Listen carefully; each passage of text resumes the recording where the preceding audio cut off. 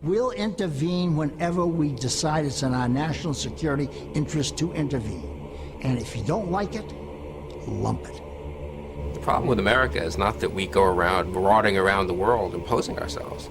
The problem with America in the last 10, 15 years since the end of the Cold War, really in the last 60 years, is that we've been too slow to get involved. I don't know how many Iraqi civilians were killed, but I can assure you that the number is the absolute minimal that it's possible in modern warfare.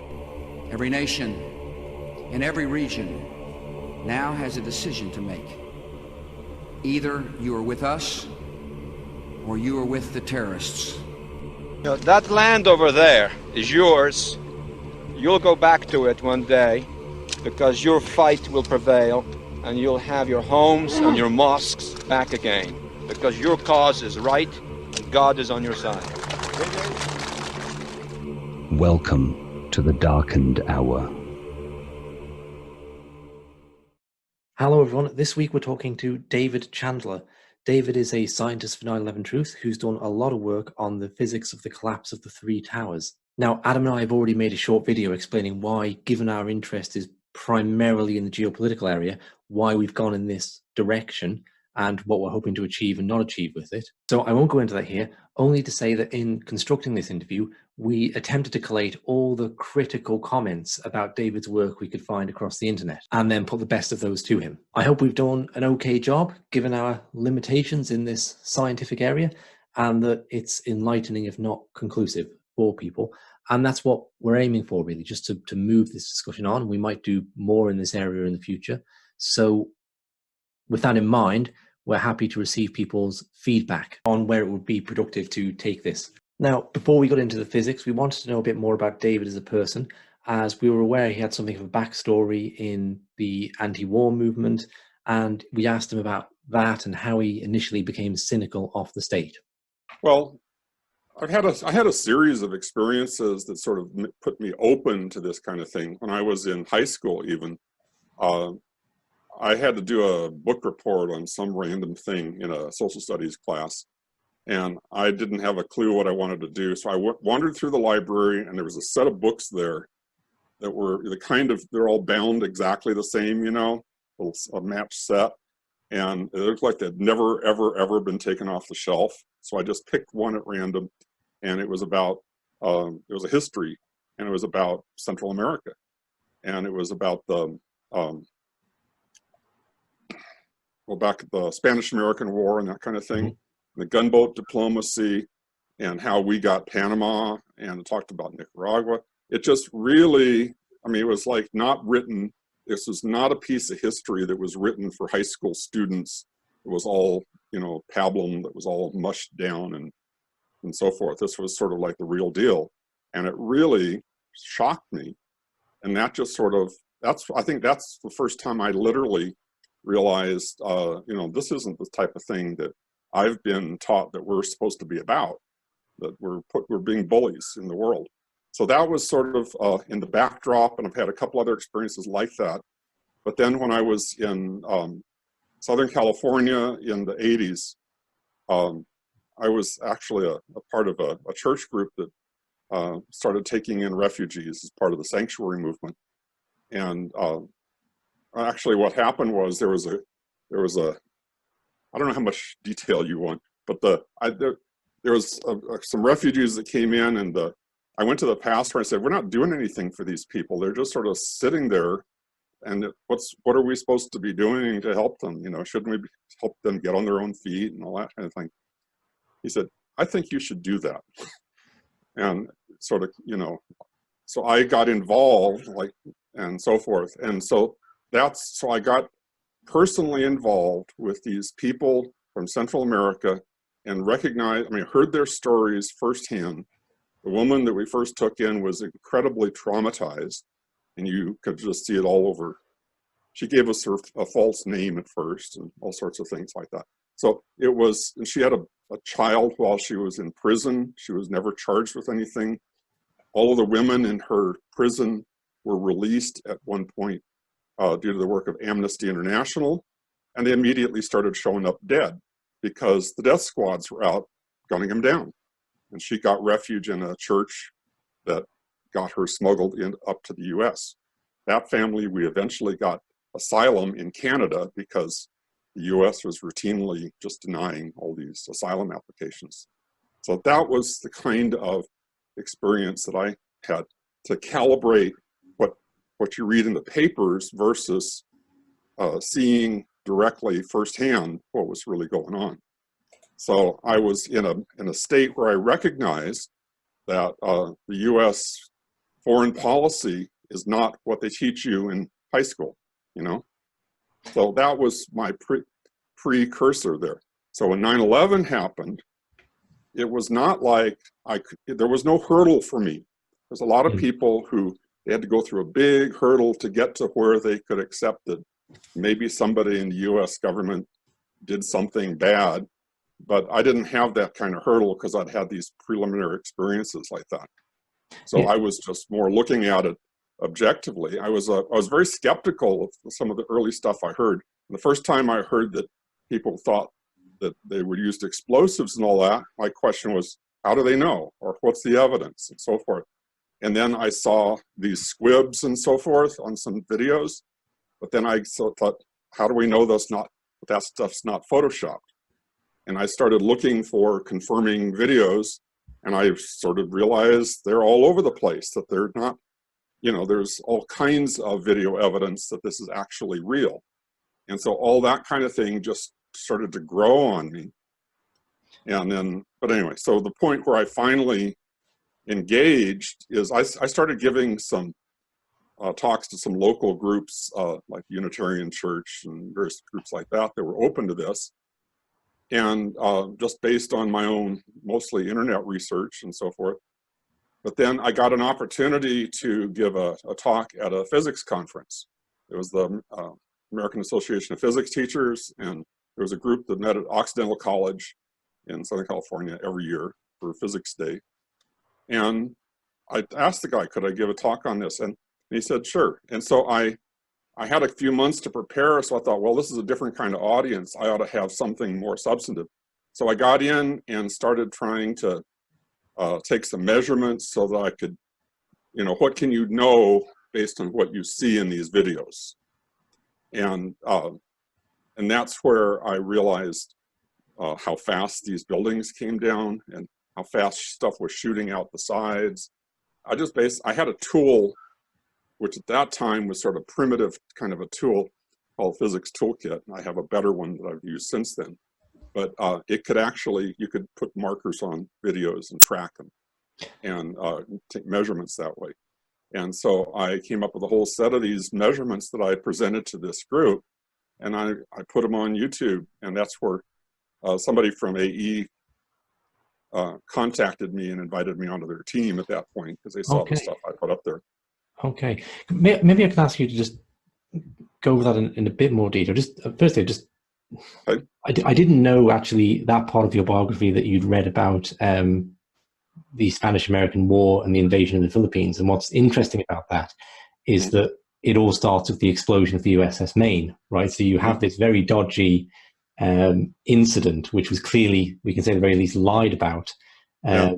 That kicks off a war. And that, interestingly, is one of the things when I was looking for historical context for 9/11, that's like an incident. Oh, yeah, you have a government that wants to embark on foreign wars, but it can't get the people on side. And then there's an incident, and the incident is not as it is first presented with the media script ready to go. So I think it's an interesting parallel. What I'd like to ask there from you, okay, so when you see incidents like this happen, it's not hard for you to see the criminal nature of the US government, say, because of your experience.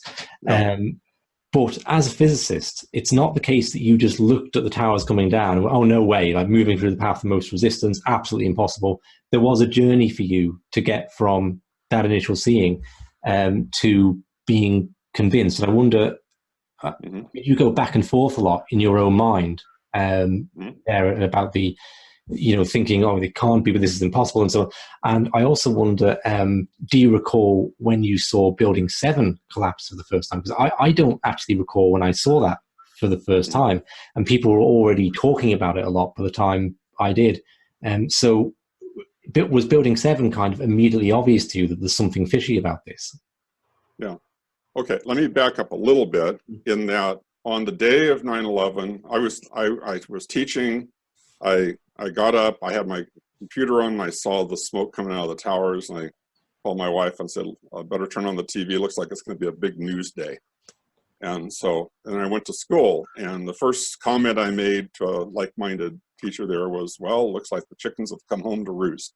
So that was my original response. During the day, a lot of teachers had the television sets on all day, and so I didn't have the inclination to do that because I figured, well, whatever happened, we're going to know about it in more detail later. And this is the type of thing they're just going to cycle infinitely, which is what they did. But so I didn't have the TV on, but this kid comes in the hallway and says, a building fell down. And then a few minutes later, the other building fell down. And I was like, no way, how can that be? So that was my initial response, was that how do you have steel frame buildings collapse due to having a hole poked in them? And so that didn't make any sense to me. So I was glued to the television set, and I heard fairly early on that there was going to be a program on NOVA that was supposed to explain how the towers came down. So I was very intrigued, waiting to see this NOVA program, which we now know is total bullshit.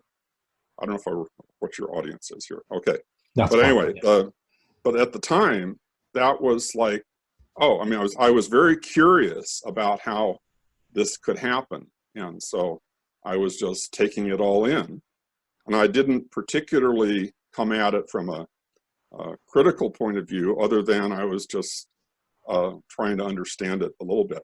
But I didn't really get involved in the whole issue. I think I was aware at some point, I heard something where Stephen Jones had a little TV blip about him. And it was just maybe a 10-second little thing on a news program.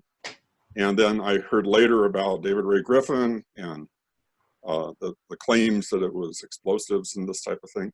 But none of that really, I mean, I just sort of filed that away. But then my sister went to a conference. She lived in Santa Barbara, and I don't know what the connections are, but she's a friend of David Ray Griffin's wife and so forth. So, but she went to this conference and came back with a video and some books and said, you got to look into this. And so I hadn't really dug into it, but when I watched the videos, I was looking at how the North Tower was so explosive and how it went sideways. And the first thing I did, I literally, by freeze framing the video, I was able to measure a big chunk that went all the way across the street and looked like it hit a building across the street. But I think it actually went behind the building. But I took that projectile, and I was able to use that to estimate that it was moving horizontally at about 60 miles an hour, which is like, whoa. I mean, I don't know if that proves anything, but it surely is suggestive that something very strange is happening, that this big chunk of stuff is going to go 60 miles an hour horizontally. So that was where I started digging my teeth in. I discovered Jim Hoffman's website and went from there. So I don't know how much I've answered your question or wandered off, but no, I think pretty thoroughly. I think that's an enlightening account. Adam, do you have anything at this point? No, not yet.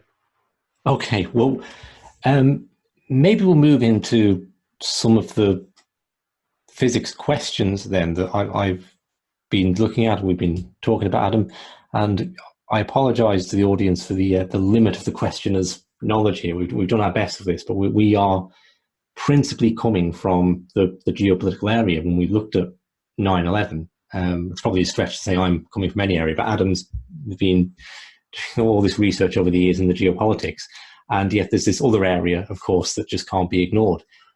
So that's why we wanted to have this conversation.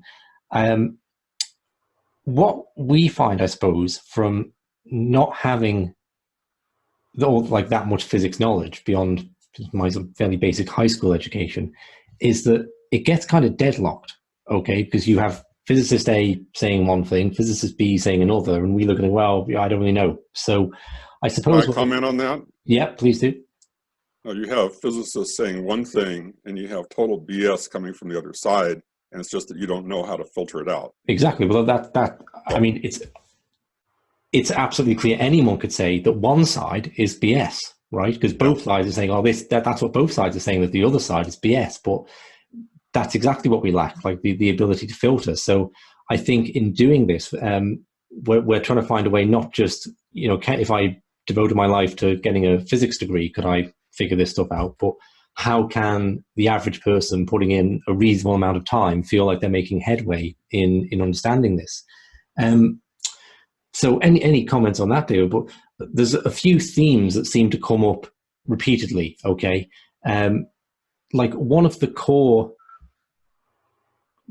digressions or divergences I find in the two camps is whether the towers 1 and 2 fell onto the supports, the central beams beneath them, or whether they fell off the beams. And when I look at the videos and try and visualize it both ways, in my own mind, I'm thinking, yeah, I don't know, actually, yeah, if it did fall off the beams, you've got that weight. Apparently, it's about the top section of the North Tower is the equivalent of the Titanic or something. And if it falls onto the floor and not onto the main supporting beams, I can see that the floor wouldn't have enough strength in it to support that weight. And the next floor is not going to, and the next floor. So when I look at it, it's like, yeah, that's plausible to me. And then also what David Chandler and Tony Zambotti is saying, if it fell onto the central pillars, it can't compress them. It can't. So that makes sense from that perspective. So, and that's one of the critiques that we've come across again and again. So I think you know what I'm talking about. I've sort of bumbled my way into the ballpark of the question. So maybe you could pick it up from there. Let me back it up and give you some background on this. So I know exactly where that question's coming from. And so don't, yeah. So, all right.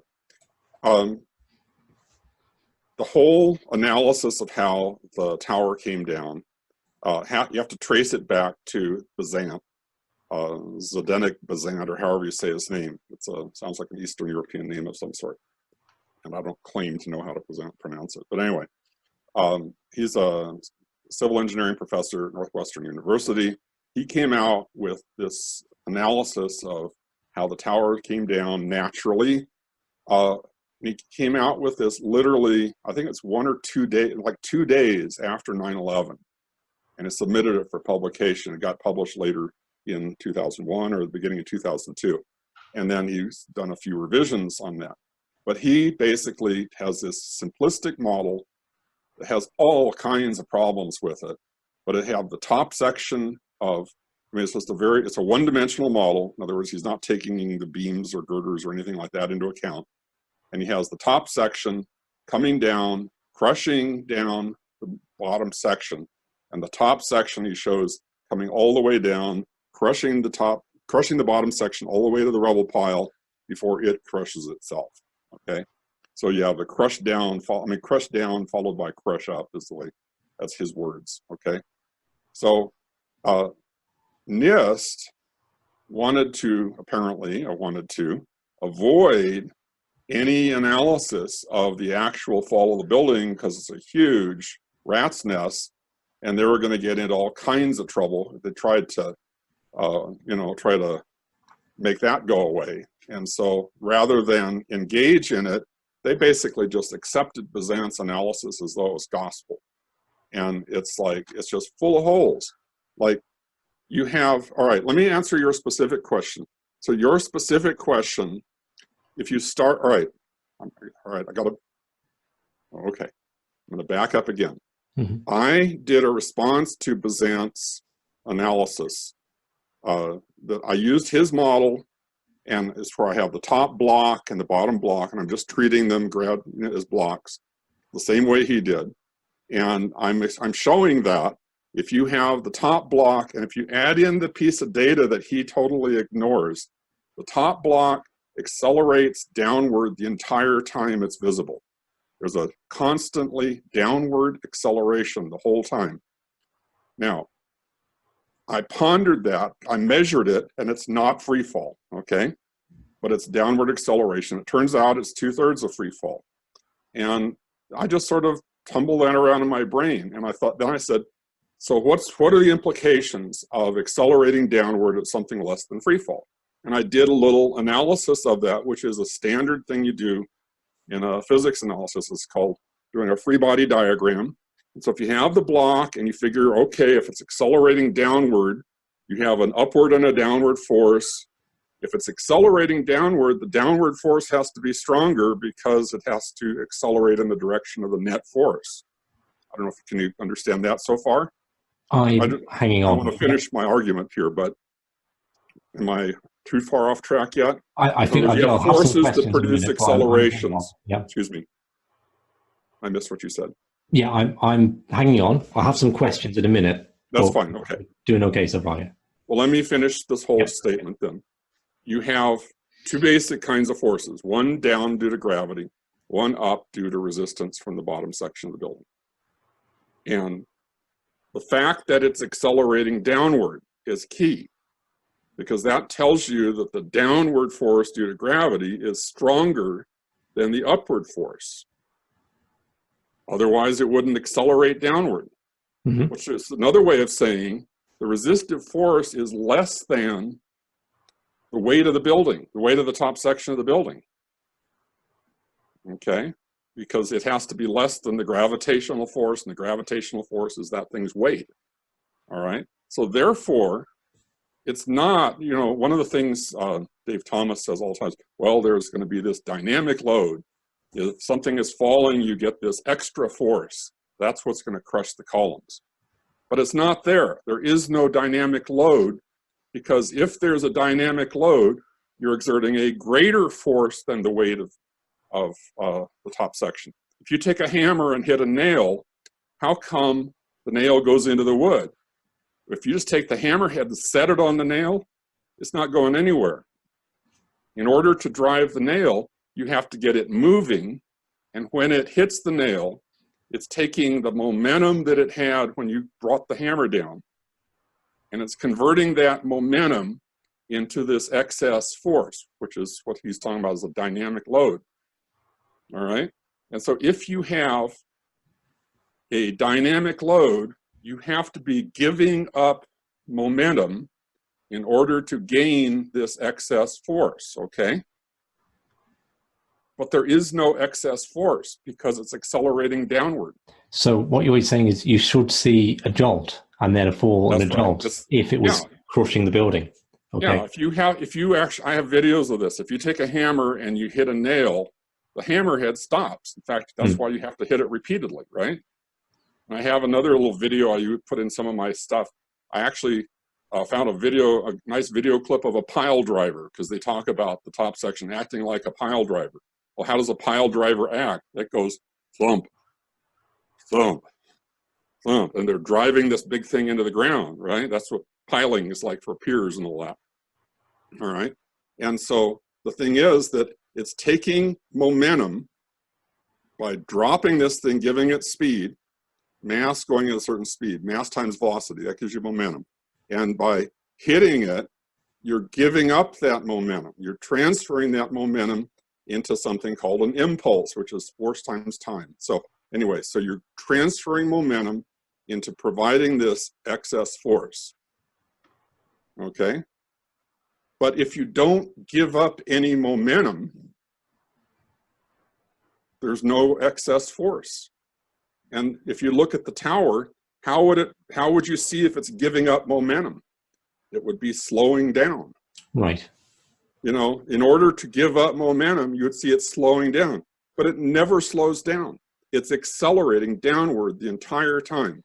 It never gives up its velocity, so it's never giving up any momentum, so it's not producing an excess force. It's not crushing anything.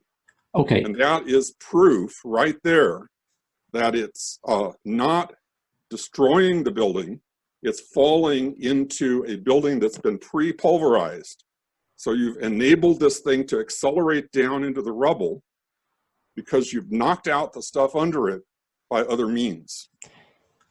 That's the simple physics of it. A couple of counterpoints I'll put as well as I can to that. The one criticism I heard was that the frame rate on David Chandler's camera isn't high enough. Okay. And You're talking to therefore Dave he's Thomas. missing. Hi, Dave. You're out there. I'm talking to you. All right, go ahead. He's missing the jolts. He's not, and actually the real graph wouldn't look like this straight line of acceleration. It would look like jolt, jolt, jolt, jolt, jolt all the way. Can I talk about that? I'll put a full question in, right? And the building is falling around the central spire, and that's why you see, I think it's on the North Tower, you see at the end, there's still a large section of the spire left that then falls over. So the floors themselves aren't putting up any substantial resistance, so you're only seeing this little bit of deceleration each time. Please go ahead. You're not seeing any deceleration. Anyway, let me comment. Okay, there's a couple of things. All right, I lost my track a little bit. The micro jolts, okay?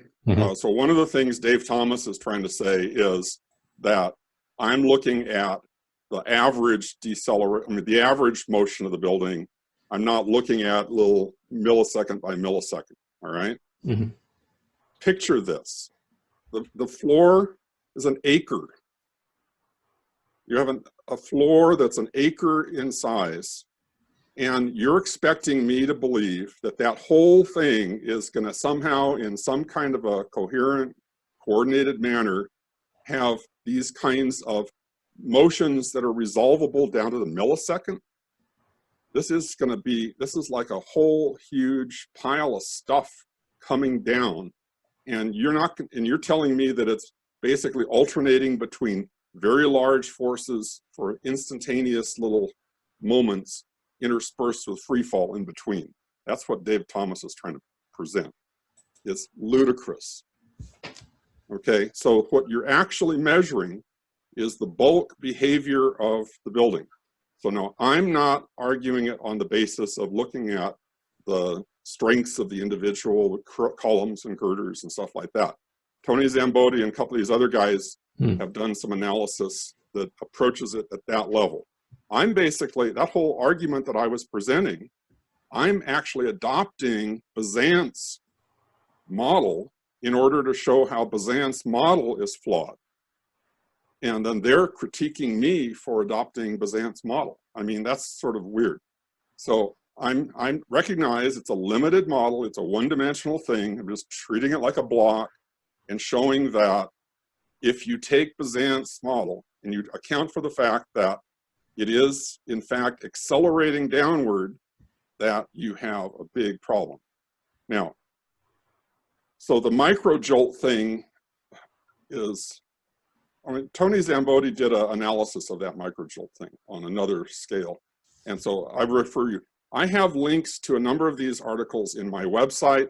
Let me put that out there, 911speakout.org. And if you go over to the tab in the menu that has articles and links, you'll find some of these other articles. And I have, just do a search there on Tony Zambodi and you'll see the articles that he's written. So my work and his work, I feel, are sort of complementary. In fact, his work on the missing jolt is almost exactly the same as my work, except we came at it from different ends and met in the middle. Okay, so I sort of developed mine independently of his, but when I finished, I realized, oh, I could explain my thing by looking at his thing, all right? So those go very hand in hand. But he's also done a lot of actual, like looking at the loads and the way the columns buckle and all those kinds of issues, which is not like a one-dimensional model anymore. But he's also done that. And in fact, their conclusion was that if you actually got the building somehow started the way NIST claims it did, the collapse would be arrested within one floor. So that's their conclusions. But that's a more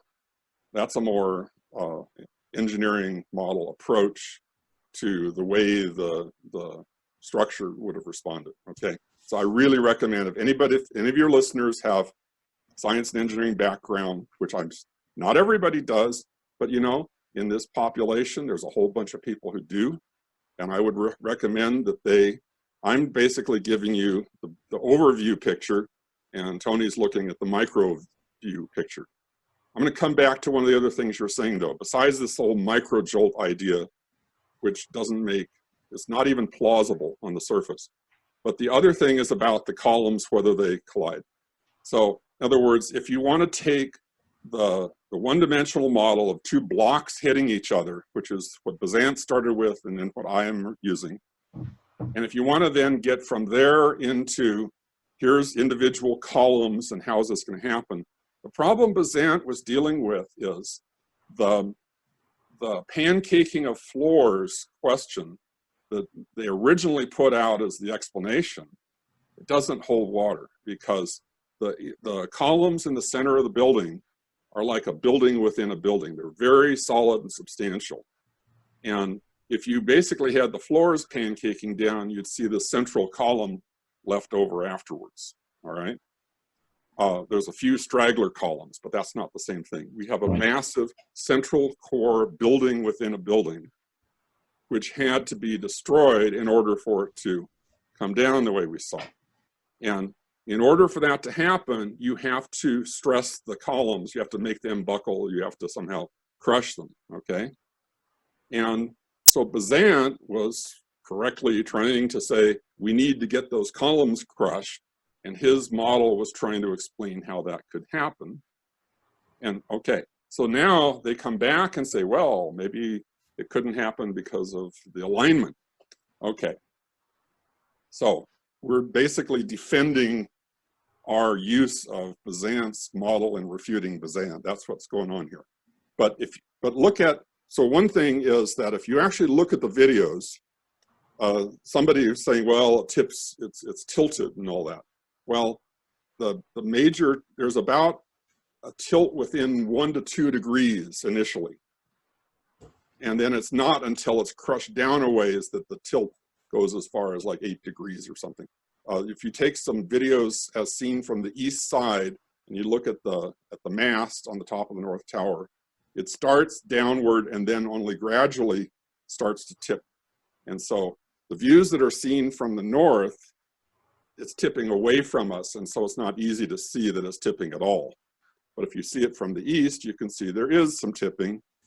So it's tipping southward, and but it's very small initially. So when the collapse was starting, there's none of this tilting going on very noticeably. And Tony rightly says, no, they're not going to be missing each other, but let's pretend they did. All right, if you have this central core packet of columns, like 47 columns, that are very heavily braced, okay? There's sort of a rectangular bracing that holds them together as a unit. And if you have the two sections, say that you rotate it or something so that all these columns miss, and they go down, all of that bracing is going to impact each other. So it's not, I'm not talking about the floors. The bracing in the central core column structure is going to interact, and you're going to be tearing up the bracing of both the underlying structure and the falling structure simultaneously. So by the time you've torn up the bracing for 12 floors below it, the 12 floors above it are going to be gone. And so what you all have at that point is just this loose collection of material, and you don't have a coherent block at all at that point, just from that argument alone. So if you had the columns missing each other, you basically have the destruction of the falling block right there. There's more to be said. Well, that's a very enlightening answer, thank you. And it's sort of exactly in line with where I was going in the questioning. Perhaps you could help us understand like this. I mean, actually, my sort of first memory of you was seeing you on the Long Architects and Engineers documentary, and being struck by what you were saying about the top section of the towers couldn't crush that below because forces are equal and opposite. So the floor above crushes the floor beneath, and so on until it's eradicated itself. Could you help us understand how a physicist might look at the physics of a collapsing object when it's crushed and what damage that can then do? Okay, because for example, one video that I've seen circled around is that of a digger bucket lifting up about 4 tons of water and dropping it on a car, and the car is completely crushed. Okay, but water's not connected at any point, but it's together enough. It's delivering, I suppose, it's delivering enough momentum or kinetic energy in a single instance that whacks to do that, right? And I was saying to Adam before we started, if I was going to have 1,000 apples dropped on my head, I'd prefer that they were loose than in a crate. But I imagine that having 1,000 apples dropped on one's head is not like having one apple dropped on at 10-second intervals, because some apples are going to be hitting others and it's going to transfer more momentum than if they were dropped individually. So how do you look at that from a physics point and do sort of calculate what a broken up falling mass would be able to do to a structure beneath it? Okay. All right, look at that instance of dumping. I looked at that video you sent me. Mm-hmm. It shows like a lift bucket, and they dump this water as I don't know how many tons did you say? I a think bunch of it tons was of 4. water. Huh? I think it was 4 tons. Okay, 4 tons of water, and they dump it on a car, and it crushes the car. Okay, so number one, the structure of the building is not like the sheet metal structure of a car. First of all, that's just one little point. You get that out of the way. But the other point is this, is that water is acting, all right, what creates the force, here comes some physics, the force that you get is equal to the rate of change of momentum. So if you have a bunch of momentum, see how much momentum is getting stopped, okay? So if you have falling water, it has momentum. If it hits a plate, it no longer has momentum, right? Mm-hmm. So you've given up the momentum. And so the rate at which you're giving up momentum is a measure of how much force. And there's another example of this. I'm writing a physics course, by the way, as we speak, for homeschoolers. So if anybody wants to educate themselves in physics, a self-taught course, write to me. It won't be ready till next fall, but you yourself can learn some physics, okay. But the point is, I was using this as an example. If you take a fire hose, all right, you get has a flow of water, but it's a certain amount of mass per second that comes out of that hose. And then it hits a plate, all right? And that fire hose hitting the plate, it's going from having momentum to no momentum, all right? And so the rate of change, how much momentum is given up per second, that rate of change of momentum is going to be equal to the force that's delivered on the plate. So you can calculate, here's a fire hose hitting a plate, how much force, how many pounds of force are going to be felt there by the plate. And I used this as an example. In Birmingham during the civil rights era, they used fire hoses on these protesters. And you see protesters being knocked down, being pushed down the street. There's one instance where a girl is thrown over a car. I mean, this is a lot of force being delivered by a fire hose. So it's because the water that's coming out, no, it's not coherent with bolts and nuts and bolted together, but it's all acting so that overall there's a certain amount of momentum that's being dissipated, and it's being converted into this force. And so the force that these people are feeling is because of the momentum of all that water hitting them. If you've ever been knocked over if you go in the surf and here's a wave, you weren't looking, and here's this wave and it hits you, you really feel that lots of force delivered by a wave, okay? Okay, anyway, the point though is, just because it's water, you can look at how much momentum is, the rate of change of momentum is going to equal the force. Now, if you have a crate of apples, all of that momentum is going to be more or less simultaneous within the time it takes for that crate to break up, right? And so it's a very short period of time. So the rate of change of momentum is very high because the rate is how much momentum divided by how much time. And so if you have it happening very quickly, it's a large force. If you pour a bunch of apples, you're spreading something that was a fraction of a second of impact into several seconds of impact. And therefore, the force is proportionately reduced. The rate of delivery of the momentum has been reduced because you spread it out over time. And so a bunch of loose material is not going to deliver the same force as though you have it all bundled up coherently, all right? So a coherent force will deliver a stronger, a coherent impact will deliver a stronger force than the rain coming down, all right? Rain coming down has never crushed my car, all right? But boom, take all of that water delivered at once, yeah, it could, because lots of momentum was delivered simultaneously. So how do we then link that to the towers? That's understandable to your non-physics mind at this point. I'm totally with you on that. How do we relate it to the tower coming down in assessing whether after things happened, it still has enough energy? Okay, don't use energy and momentum in the same breath, please. Right. Okay, we can talk about the differences. Okay, I'm being the teacher here. Okay, in the case of the argument that's flying back and forth here is they're saying, oh, well, we're saying that if you basically break up the top section, it can't continue to crush the bottom, because now you have a bunch of loose material, right? Whereas if you had a top block that you're envisioning as being a coherent block, yeah, you can envision that doing some crushing if you have it moving fast enough and so forth, all right? And so the fact that you break it up the top section, you're turning a crate of apples into individual apples. And so you're going a bunch of impacts that take time rather than boom, where everything is working together.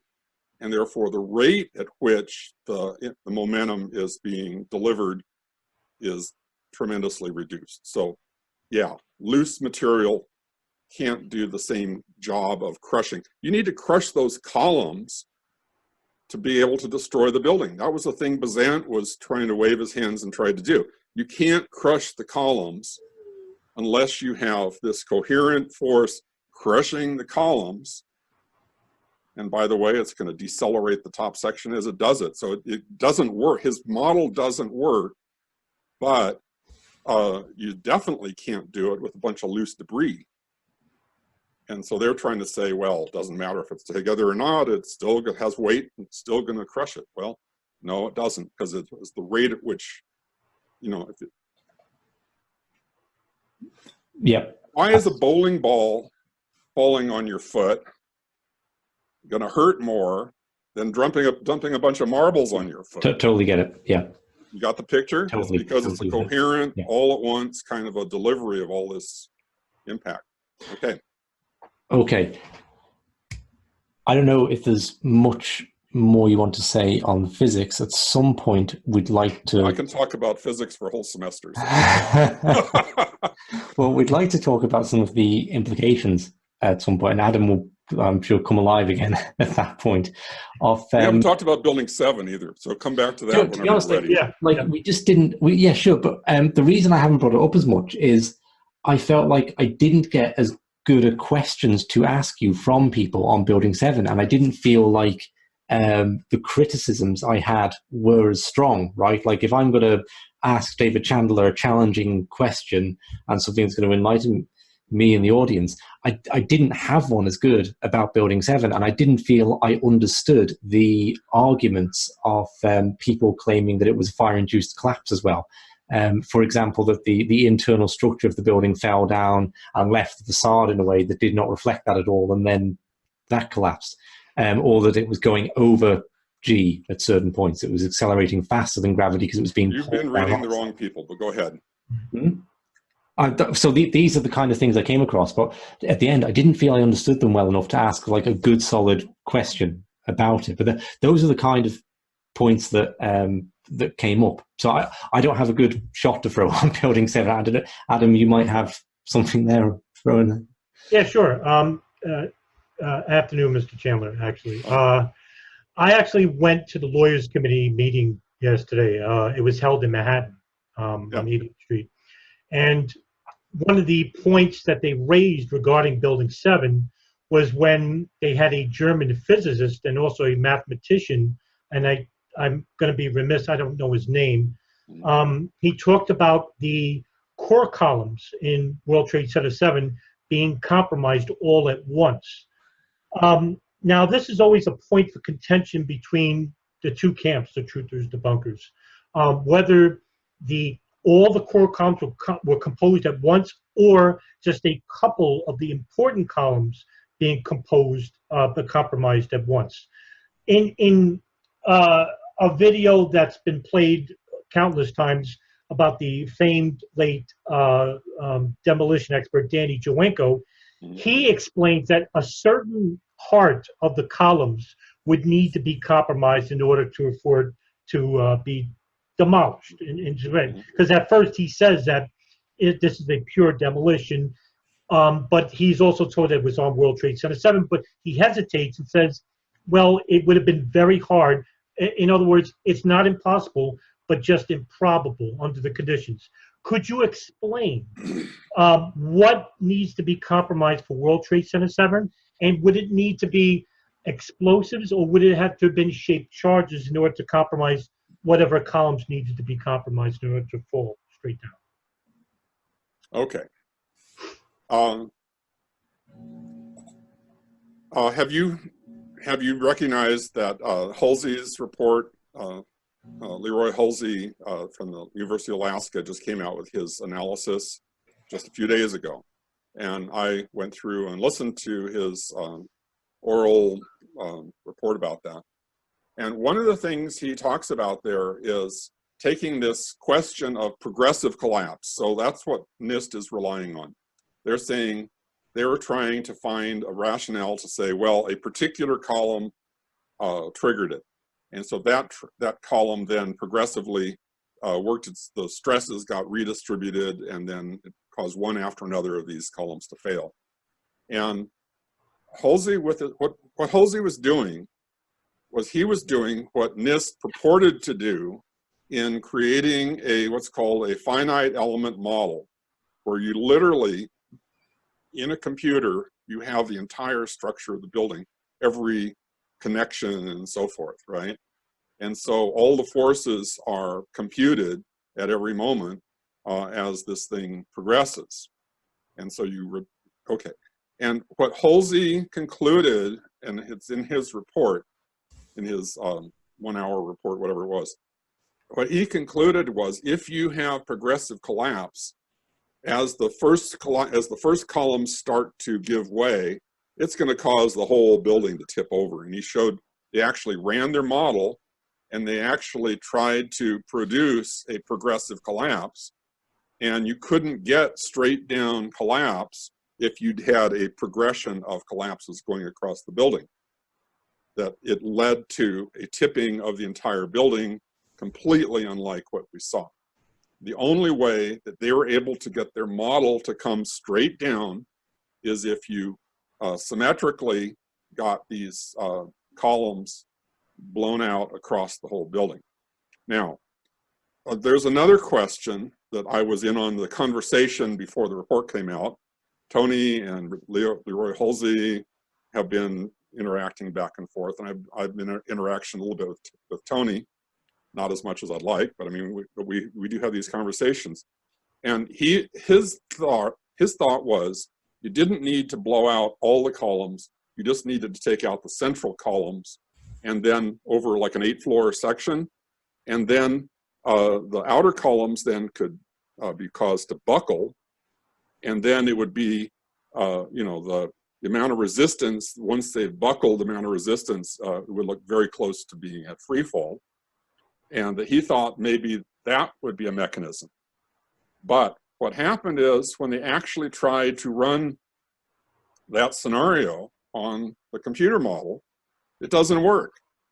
They had to cut not just the core columns, they had to cut all the columns. So you basically have to take out, it free fell. It went in absolute free fall for 2.5 seconds, which is over 100 feet of drop, which is about 8 floors. So you had to have a minimum of 8 floors of zero support. Now, you could go floor by floor over the 2.5 seconds. In other words, within that 2.5 seconds, all of those 8 floors had to be blown out. but they're not being taken out by the falling chunk of building. They're being taken out independently of what's coming down, because it has to clear the way to allow it to come down. If something is in free fall, it can't do any work on anything else. Work is the technical term. It can't transfer energy to anything else, or it will lose some of its own velocity. It will slow down. It won't be a free fall. So if it's in free fall, it's not giving up any of its energy for any other purpose. It's not breaking anything. It's not throwing anything around or anything, not pulverizing anything. It's doing nothing but accelerating. And that's what's happening with the top section of Building 7, is it's in pure acceleration mode for essentially 8 floors. So you have to clear the way ahead of time. And that's and what Halsey's model showed, which is the advantage of this. You can take a scenario, let's run it and see. And so that's what Halsey was doing. And that's one of the reasons people have complained how long it's taken for this report to come out. They came out with the basic conclusions about a year ago, but they're trying to actually come up with all these various scenarios and trying to say what actually could have happened that would account for what we observed. And so they've been running all of these scenarios on this model before they released the final report. And that's what took time, because the model, there's so many calculations going on, it takes a long time to run each iteration of this model. So what their conclusion was, you had to cut everything. You can't do it by just cutting the core columns, and you can't do it by having a progressive collapse. So one of the main conclusions of the Halsey study is it wasn't fire and it wasn't progressive collapse. So those are the two main premises of the NIST analysis, and he's saying no to both of those. May I have a follow-up for that? Sure. Yeah, I don't know if you're aware, or maybe you are, of the 2002 Con Ed civil suit case, where the insurers were suing the building engineers for failure to protect, I think it was a boiler room or something like that, the bottom section. There were a couple of fire chiefs that testified. Daniel Negro and Frank Carruthers were just 2 of the 5. They testified that what they experienced from inside World Trade Center 7 was that there was a lot of fires on the floors, and that there was damage in the back, the south of the World Trade Center 7 itself. If the columns had to be compromised, this obviously had to have been done through shape charges, let's just say, for sake of argument. Would that be something that had to have been missed by the fire department? Because they actually, some of them actually surveyed the floors themselves. But what I'm trying to ask here is that if these columns had to be compromised, how could they have missed the columns have been compromised itself? I'm not quite sure what you're getting at. I think I'm asking the wrong question. So and I don't know the details of that lawsuit you're talking about, so I'm probably not the best one to comment on. Okay, all right.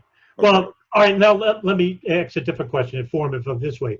What would you say that World Trade Center 7 itself was compromised by shape cutting charges or by explosive demolitions of the cores? I don't know. Shape charges are explosives. I don't know. I mean, just the whole idea of a shape charge is you're directing the explosion directly into the column. You're trying to, you're trying to focus as much energy as possible right onto the column. You just put a bomb beside a column, so it goes off in all directions. That's not going to be as efficient.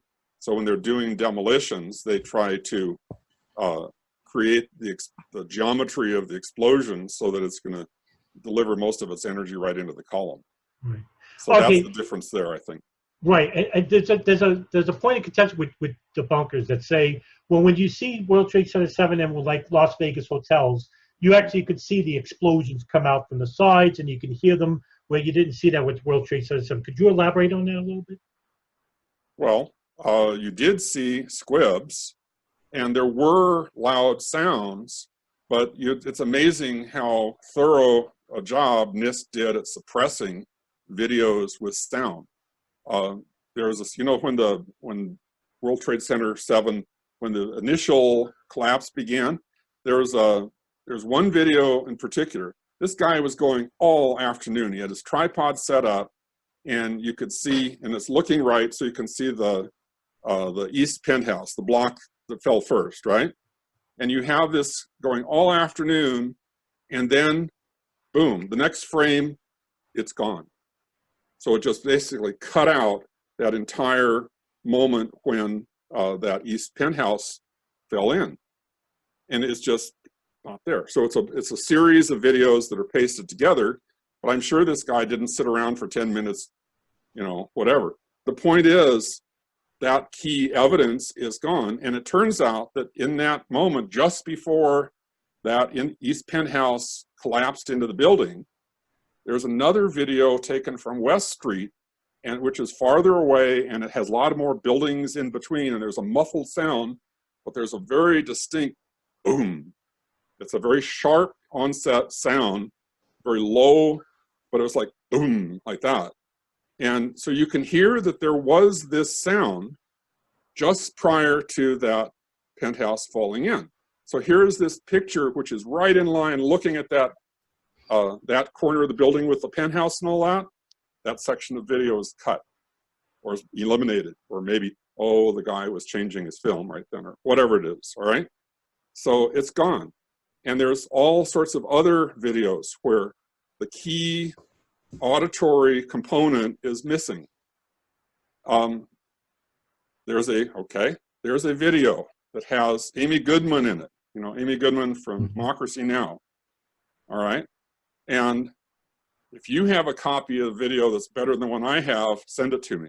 But what the video shows is you can see the building 7 just as it's about to fall, but there's no audio in, the video has no audio component until after the building fell.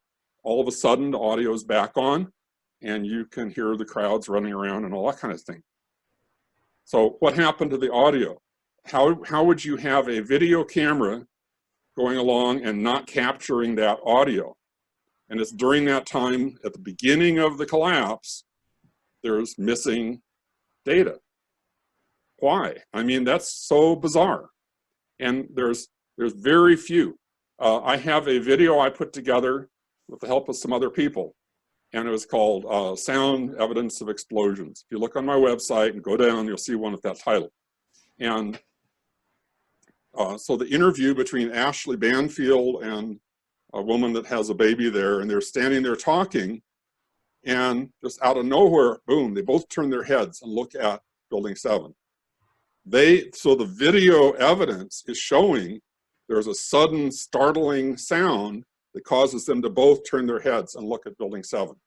But it doesn't seem like a startling sound on the video. So the microphone is not hearing what they're hearing.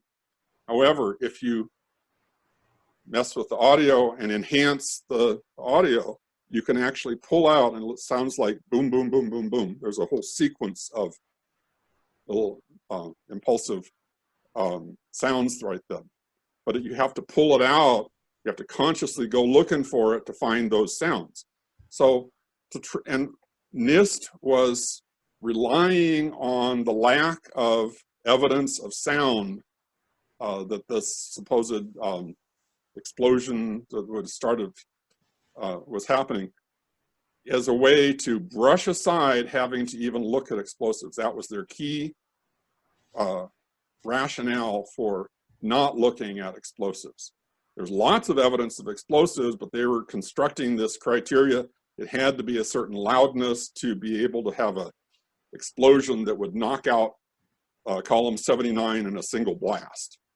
Well, who says not column 79 got knocked out in a single blast? Even if their scenario worked, they might have had cutting charges on that thing, and maybe it was thermite or something that worked slowly and just sort of built, burned its way through the column. Might have taken a second or two rather than a microsecond or two, you know? So it's like they're basically trying to avoid having to deal with the evidence. And so, I don't know. So that whole issue, I have a story to tell, actually. I was working with the AE group prior to when the Building 7 report came up. And during that summer, out of nowhere, there was these guys sort of acting like debunkers that are sort of feeding back emails and all that. This guy put up this thing that just blasted me for all these claims of explosions and so forth, and he relied on the sound, and so this was just out of nowhere. So he was saying, "Oh, ridiculous, ridiculous! You know, it would have been a lot louder." It was just out of nowhere. That argument got brought up that I had not experienced up to that point. So this is just about a month or so before the Building 7 report came out, and so then out comes the Building 7 report. Sound is the key, it's the keystone of their argument on why they didn't have to look at explosives. So some of these debunkers, they're getting fed this stuff. They're probably like a trial balloon to see how would we respond if we, I and others that were working with AE were some of the ones that would have, if we found a hole in the argument, I might have come up with something, and apparently we were sufficiently silent on the subject that they went with it. So that was their argument for being able to ignore, the existence of explosives. So anyway, I mean, we're dealing with people who are manufacturing arguments based on what they think is going to fly, and it's very frustrating. You're not dealing with, like in an academic community, you have all kinds of people with all kinds of wild ideas sometimes, but there's sort of a common goal of searching for truth and trying to look at it from different angles. That's not what's going on here. We're having people who are trying to understand what's happening, and you're having people that are trying to throw sand in everybody's faces, okay? That's the nature of this discussion. So that's why I'm familiar with some of these. Like you read me an argument, I say, "Oh, I know where that came from." Yeah, sure. Well, so that's why, is that this is stuff that would not come out of an ordinary conversation with somebody who's a fellow truth seeker. I mean, there's people.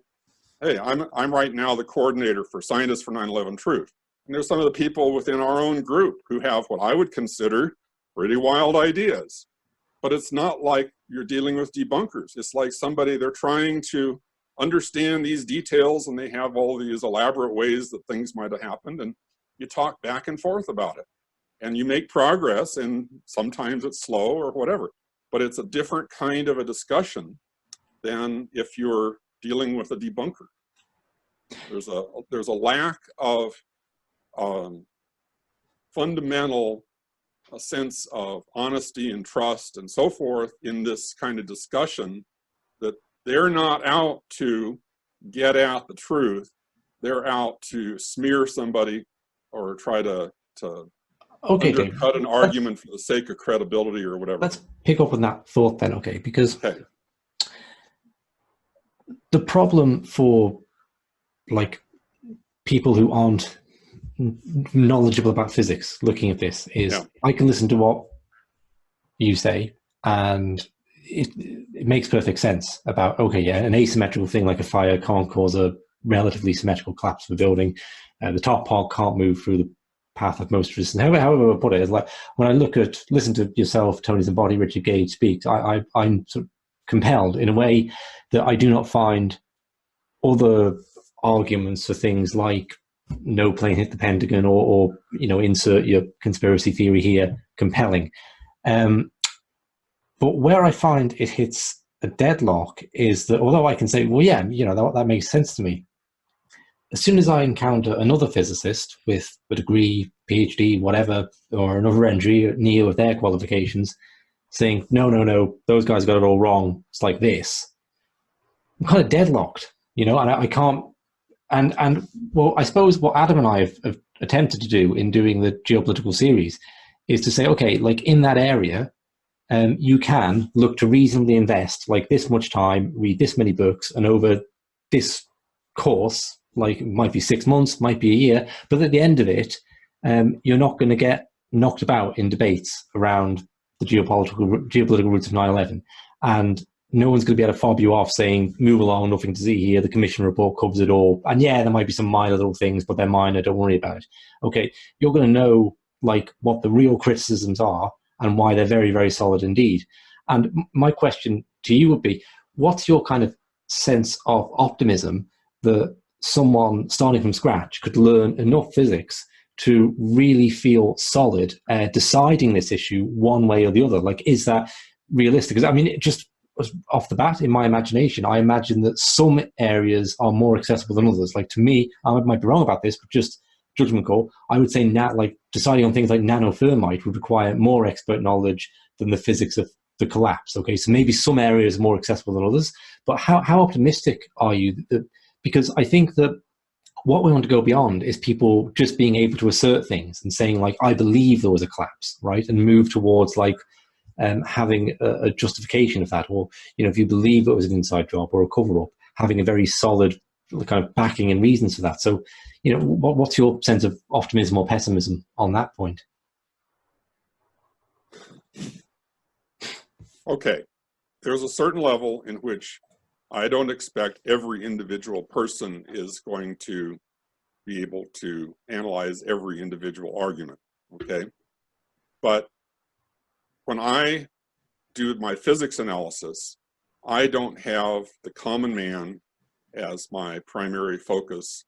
I'm putting out stuff that I'm hoping that people who are literate in science, engineering, these types of things will understand what I'm saying and will be able to then come to their own conclusions and then maybe look into it for themselves and so forth. So there is an audience. One of the things that attracted me to AE was early on, the way I first was exposed to it, they were presenting their program to groups of architects and groups of engineers.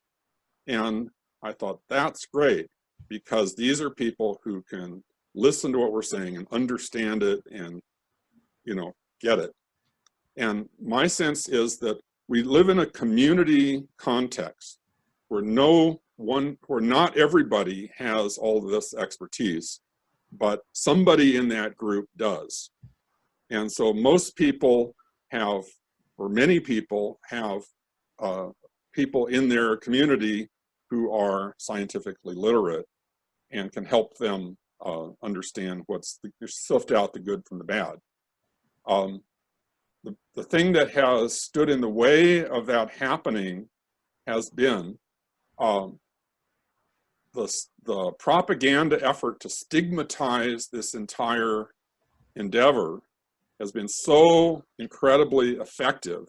When I talk to physicists, or I talk to one of my former professors and things like this, it's like, I mean, here's a former professor at Harvey Mudd College, you know, at the time when I experienced, he's at Cal Poly now, or I mean, he's retired probably by now. But I mean, the point was, what he came back at me with was popular mechanics. I mean, that was the level at which he was blowing me off. And it was like, there's all of this propaganda effort to just say, oh, there's nothing to see here, like what you're saying. And they have made 9/11 inquiry to be something which is it's equivalent to a mental illness, okay? In fact, I had a person who I thought would have been open to at least hearing what I had to say, and literally came back to me was, conspiracy thinking is a mental illness. I mean, she said that to my face. I couldn't get half a sentence out. And she basically came back with that. This was a person who I would have anticipated would be at least in tune enough that she could actually listen to an argument, at least to understand my point of view. But no, she wouldn't even hear it. So there is so much of this propaganda that has stigmatized the inquiry that's standing in the way of us getting our message to people who actually could understand it. Okay, so it's a difficult thing. And so I don't have an answer to, am I optimistic? I don't know. It's not changing what I'm going to do.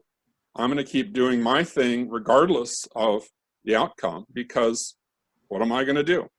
I'm going to make my case as strongly and as often and as many different places as I can do it. And why am I, here it is all this time after the event, and here I am talking to you guys, right? And why am I doing that? Well, I have an insight that I'm not going to squelch. And nobody who's thrown up all this, like throwing sand in your face kind of a response, it's transparent to people, I mean, to me. And it's like, no, you don't have an argument. You're just refusing to go where the evidence leads. So, I can do what I can do, and other people are doing their bit, and cumulatively, you never know when something breaks through and makes an impression, and you don't know when you're going to be at the front line when there's a breakthrough, or if you're just sort of in the rear, doing your little bit. You mentioned, you started this conversation off with my experience in Nicaragua and El Salvador and down there. I took a trip to Nicaragua with a group from the Claremont colleges, and back in the 80s. And one of the sayings that's was a big deal saying down there was, revolution is the work of ants. Okay. So that really made an impression on me. Yes. And so, hey, I'm going to carry my little load and do the things I need to do as effectively as I can do it. And I don't really focus on, is this effective or isn't it? That's for history to determine. But, I think there's I don't know if it's Buddhist or Hindu or whoever else, they talk about, not being attached to the outcome of your work. I think that's probably a Zen thing or Buddhist thing or somebody, I don't know. One of those Eastern things. Sounds very Zen, yes. Yeah, okay, not being attached to the outcome. So that's essentially what I'm saying as well, is that I'm not looking at the strategy of the truth movement, because I'm not in a position to orchestrate the strategy. I just know when I see bullshit and I call it, and I know when I'm on to something and I present it as effectively as I can. I'm a teacher, and so I tend to explain things, and there's probably a role in me explaining things. So one of the questions you asked in some of the preliminary stuff is, do I think that the population is capable of understanding physics, or learning enough physics to understand this? Every bit of physics I've used in my analysis is stuff you would encounter in the first semester of a high school physics class. That's very enlightening. It's interesting, okay, because from the outside looking in, you might think that physicists, when dealing with, if you're saying it's physics from the first semester of high school, will be able to come to there will be an overwhelming consensus, right? Build that you wouldn't have a situation where you and your professor could possibly disagree. I could understand if you were disagreeing about interpretations of quantum. No, we weren't disagreeing. He wasn't listening to me. Well, that's the thing. Yeah, there we go. We weren't disagreeing. We never got to the point of discussing substance. It was just, I tried to open the conversation, and he sends me back in an email with all of these snippets from debunking sites, and here's popular mechanics and all that kind of thing. I mean, okay, I'm supposed to take that as an answer to a question I haven't asked, Okay, well, that kind of brings me on to my final question, Adam. This will be one that you want to jump in on, and obviously if you've got anything more yourself. But I was just looking up the name of Dr. Semmelweis today, the famous doctor who figured out that if doctors wash their hands between dealing with corpses and delivering babies, the babies had a rather better chance of surviving, and overwhelmingly statistically so, and but was absolutely harangued from pillar to post for it, and ended up dying in a mental asylum. And part of the reason his work was rejected was because there was no rationale of how tiny bits of flakes of skin of a corpse could possibly carry an infection over prior to who was it? Pasteur, not Pasteur. About germs, yeah. Yeah, germ theory coming about, right? So it required a sort of paradigm shift, if you like, in the way people were viewing the world for this blindingly obvious, utterly proven, statistically validated way of working to come into being. And how that relates to 9/11, what you're saying about your professor there, is even if it's completely obvious that the buildings were brought down deliberately by demolition, not by fire, if people are inhabiting a worldview that does not allow for things like the US government or some other agency to rig skyscrapers with demolition charges, then they're never going to go there, you know. Even if, you know, until the video comes out of George Bush pushing the plunger down and it all going up, then but the thing is, I kind of inhabit that worldview where I don't. If you'd asked me on September 10th, 2001, knowing if I knew everything I knew now, and said to me like, well, given what you know and studied about the US empire and the history of it and all, and starting wars and getting the population involved, false flag operations, could they rig skyscrapers and pull off the biggest controlled demolitions ever twice, 3 times in a day in a covert fashion? I'd say, get out of here. Okay, come on, that's mad, right? Maybe they put a bomb on the USS Maine. Maybe it was they got lucky with the coal bunker. Okay, they can tell lies to get us involved in the Vietnam War or something about being shot at when they weren't. They can have the Kuwaiti ambassador's daughter come forward and fabricate stuff about going into Iraq. There's all sorts of things they can do that do lead to millions and millions of deaths. But rigging skyscrapers with, come on, you know what I mean? And that's an aspect of this that I've not been able to reconcile. And I think it opens up 2 questions. One is the sort of the blue collar work involved in this, okay, of who are the guys that go in and set these charges. Like, where are those guys? And are they Americans? Are they foreigners? And so on. And interestingly, Adam and I were looking at the 1978, I believe, retrofit of Citibank in New York just recently. I'd seen a documentary on that years ago, but not connected to 9/11, where Citibank was in danger of falling down, and it was secretly retrofitted after its construction, and that's also in Manhattan. So that was interesting. Not obviously a one-to-one comparison, but a lot of comparison there. But then the other, and maybe more difficult question still, is the white-collar aspect of that. Who gives the order, right? So does Dick Cheney returning to the White House, does he have the power to order some military officer to do that? Can some Israeli demolition team get access and rig the buildings? Can, you know, does George Tenet at the CIA, he doesn't seem like he, you know, for all he can do, he doesn't seem like he'd have a team of demolition experts to hand to. So, and that's the other part, that although the state itself is this immense, powerful structure, we can't see which individual is sufficiently powerful to order such a thing within it. Now, I'm not asking you to solve 9/11 for us here, David, because I'm asking completely impossible questions that we do not know the answers to. You haven't listened to me yet. I haven't listened to it. So no, if you do, I'm not saying don't solve it. If you want to go right ahead, right? But I'm sure that you've had a lot of thoughts on these things over the past years. So it's just throw in historical context-wise.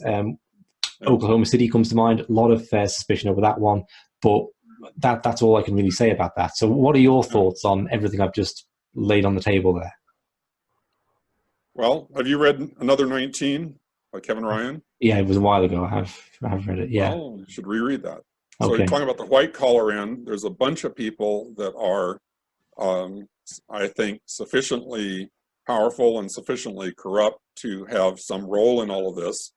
And given that it's probably, I mean, I'm sure it's not just one individual pulling all the strings, but there is sort of a culture that can be developed where this is a you know, a trade-off for what the benefits would be down the line, and we're going to go with this, and you know, everybody gets on board and stuff. So I think there can be, I mean, look what the mafia does. I mean, here's a bunch of people that get around and do what are generally recognized as bad things, you know, and they basically, it's not like one guy. I mean, there's maybe a mafia don, but there's basically there's a whole culture of supporting this effort that goes on in that. And within the government, if you take the power structures behind the government, there are all kinds of forces where you can get people that share values and goals and things like that, and they just, each one has a little part of the puzzle and so forth, and they can come in.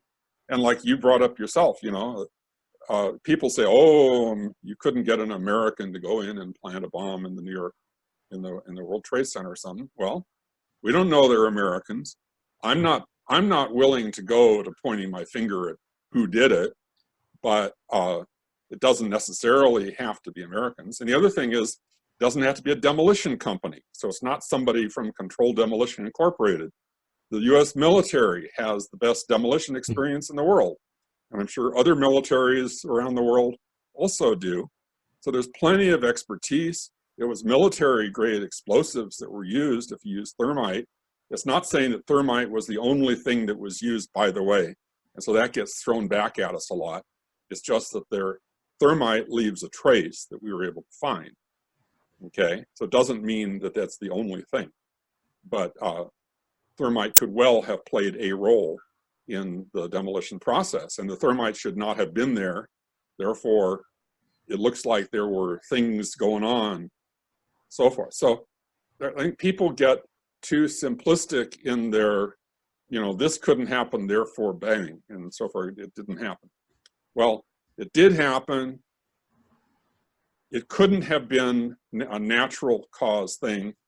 You can tell from the physical evidence that it was a demolition.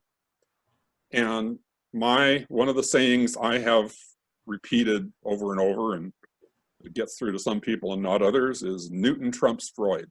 You know, if the physical evidence says it was a demolition, it doesn't matter who says psychologically who would have done it, who could possibly have brought themselves to do such a thing. You're dealing with psychology there, and if the hard physical evidence says this had to have been a demolition, then you need to start working on the psychology side and figure out how they did it. Not saying using the psychology as a rationale to somehow wiggle out of the physics of it. So I think the work that, so I'm basically looking at really, like I said, high school physics stuff. I'm looking at the videos of the buildings coming down, the physics showing how stuff was thrown out, all the various measurements I've made. I did my little bit there. Some of it is pretty darn persuasive all by itself. But then in addition to that, you have engineers. There's a whole bunch of engineers within that work with AE who have made contributions to the analysis of what really could have happened at the connection by connection kind of a level within these buildings. And then you have, I don't know, it's just like there are so many ways in which this could not possibly have been a natural collapse. Therefore, you have to conclude, here's my line of reasoning. Therefore, you have to conclude it was pre-planned, and therefore the hijackers could not have been a surprise attack, because as soon as you have one day of pre-planning before of putting explosives in the building, you had to know that September 11th was going to be the D-Day, so to speak. And so therefore the hijacker scenario is a cover-up on the day of, and therefore you have to start looking at who all is involved.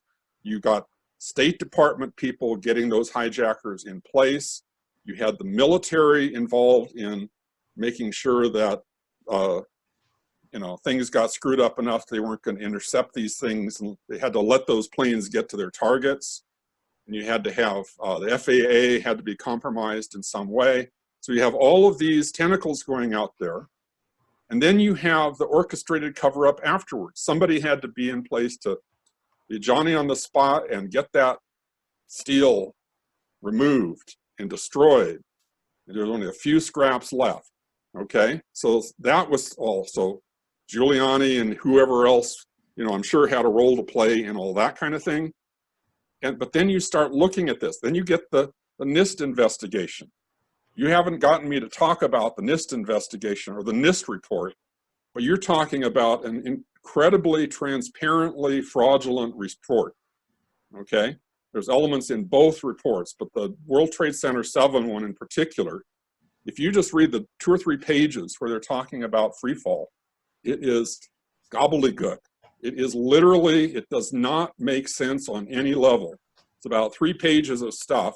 And if you read the August report, the preliminary one that we commented on, and then the final report,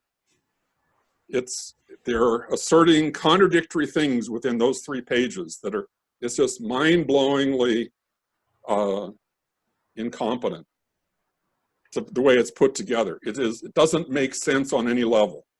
So it's like, who is inducing this, you know, NIST, which is a highly respected, very competent group of scientists and engineers, who can lean on them and get them to produce such a piece of garbage as a report that's going to sully their name? Well, they're in the they're under the Commerce Department, which is the executive branch. And so that makes the trail go right up to the White House steps. So you have connections there just by saying that there was free fall. Therefore, it wasn't, you know, to say there's free fall, therefore it was not natural. Therefore, there was some element of pre-knowledge, pre-planning, collaboration, and therefore there's this whole chain that I've just laid out that leads to high places, including the White House. So that's my argument on the socio, you know, that's my Freud part of it there. So yeah, you know, you can come up with other information that can bolster that, but that part right there all is stuff that follows directly from the simplest, literally, first semester high school physics analysis of free fall. And you got my point? Absolutely, yeah. Absolutely, yeah. Could I interject? By the way, I want to say, I wrote an article, a series of articles in Medium. So if you go to medium.com, it's called Free Fall. And it's a 6-part series, and that's where I essentially lay out the argument I just gave you. Excuse me, go ahead, Adam. Okay, yeah. By the way, just to interject on that too, I got a Medium account, so I'll follow you on there. Going back to yesterday's Lawyers Committee meeting, yeah. David Mieswinkel actually brought up the statement regarding an anonymous source that's going to come out, I think by next year, he states, that there were white trucks coming in the late evenings of the World Trade Center weeks before 9/11. Yeah. Now, Susan Lindau also speaks upon this issue. She makes a statement, I think, 3 or 4 years prior, stating that, yes, there were these white bands that came, and she's going by an anonymous source as well, that there were people that were seeing who didn't even work there. They didn't have any tags or whatnot. But yeah. Mieswinkel also repeats that as well. So if I'll leave it up to you. How many floors would need to be compromised in the World Trade Center? Would it be a couple of floors? Would it have been all floors? And what areas of the World Trade Center would have to have been compromised for it to completely collapse? Okay, I've had conversations on that topic with Tony. And basically, I think the core columns were laced from top to bottom. And then the other thing that he points out is, in order to destabilize the walls, you had to take out the corners. So if you can, in other words, where the walls meet at right angles, you have extra strength there, okay? And so to get the walls to just sort of fall apart, you needed to rip them at the corners. So I don't know how often, but so those are some of the main things. But then you see all these little other squibs and stuff going off in the center, which could be stuff happening at the core area somehow, but it seems awfully focused to come out just like one little point. So they're probably, on my view, is if you had things that are right in the floor spacing, you know, between the floors of something in the those are the kinds of explosions we might be seeing as squibs, and who knows. And a lot of so I don't know. I mean, I don't As think you've mentioned squibs, David, I feel it's incumbent upon me to ask that you, like, how have you determined that they're not air pressure escaping? Because one thing that I thought it was ridiculously coincidental that squibs would look like air pressure, okay, and like so that there would be these two separate phenomena that would visually appear the same way. But then in watching the documentary Miracle on Stairwell B, which talks about the firefighters who were trapped inside the building when it came down, survived, they do talk about this tremendous rush of air that is pushed down past them and blew them down several... During the collapse itself, you're saying? During the collapse itself, yeah. Okay. Can I just comment on that? Yeah, please. So all right. The whole idea that those little point squibs are air pressure is not tenable, because in order to have air pressure focused and it's going to break out an individual window, those windows I'm sure were very strong windows, because you have a lot of liability if somebody falls out by breaking, falls against a window and they fall out onto the street. Yeah, so they're going to be very strong windows, and in order to get the air pressure in a room that's an acre in size, you're talking about a lot of air pressure, and you have to have it like a sealed chamber in order to hold the pressure. That pressure is going to leak out anywhere it can. And what you see when you see, like in one of my early videos, it says North Tower coming down, you can see stuff being blown out the sides at multiple levels all at once. So you see stuff way down the building already being blown out, large sections of it. And then up above, where that earlier wave of stuff had already passed by, you see these squibs. Well, if you've already blown out a section of a floor, or windows or walls or whatever the stuff is, you don't have any compression to build up the air pressure to produce that. And they say, well, maybe it's in the air conditioning ducts. You're going to say that the sheet metal in an air conditioning duct is able to hold on to that pressure better than a window can reduce. You know, those windows are very strong. There's no way you could produce enough air pressure in a sheet metal air conditioning duct that's going to then blow out a window. I mean, it's crazy. So, I mean, that whole air conditioning, no, that whole air pressure thing is grasping at straws, and it doesn't hold together if you give a few minutes thought to it. So, and the other thing, why would it come out just one window in the center of the building when, if there's air pressure in the whole floor, you know, maybe it could blow out all the windows simultaneously if that were happening, which it's not. And so this is a different mechanism entirely. Plus, you can see up close. There's one video that actually potentially, and it's not clear, but it actually shows a person being blown out with one of these squibs. Have you seen that one? Yeah, I know that video you're talking about. Although I don't know if it was a person or not, but it's hard to tell. Yeah, there's two people actually conversating in it, and that's why I'm saying I don't know if that was actually a person, because they probably would have saw it. I mean, they were right there filming it. I've seen that video though. Yeah. But there's a book, judging just to interject. There's a book actually I read a while back, one of the very first books I read about 9/11, where they were saying that there were people on the top floors who couldn't see because the smoke was so dense that they actually could see like a light, and they were going toward the light. But what they were doing is they were going out the exit window and they were falling. Mm-hmm. And there was a lot of people that were actually not. It wasn't that there was jumpers. There were jumpers, but there was more people actually escaping through the windows because they couldn't see where they were going, and they were falling out. And that's why there's a lot of testimony regarding people that were on the ground saying that there were people like coming out 4 or 5 at a time. Yeah. Well, okay, that's not in my area of expertise, but it's something I've definitely you know, I've been all over this territory too.